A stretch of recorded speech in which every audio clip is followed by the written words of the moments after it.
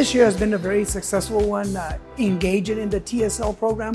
You know, as a school district, we want to do the best for our children, making sure that all the outcomes are there, and we set our goals throughout.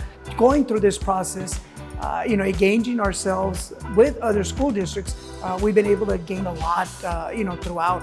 One of the things that we've learned through it is, how to go ahead and engage and align all of our outcome goals to our strategic plan that really helped us in the classroom level.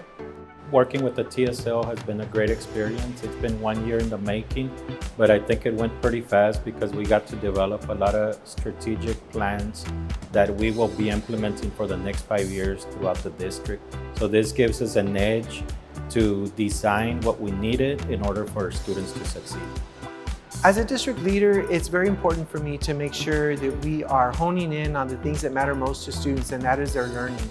And in order to bring about the very best learning experiences, it's important to train our teachers with the best high-quality instructional materials and high-quality instructional programs available. This has enabled us the opportunity to really look at what we're offering students and teachers in the classroom. We're actually bringing in new HQIM in our district as a result of the processes that we've gone through the TSL.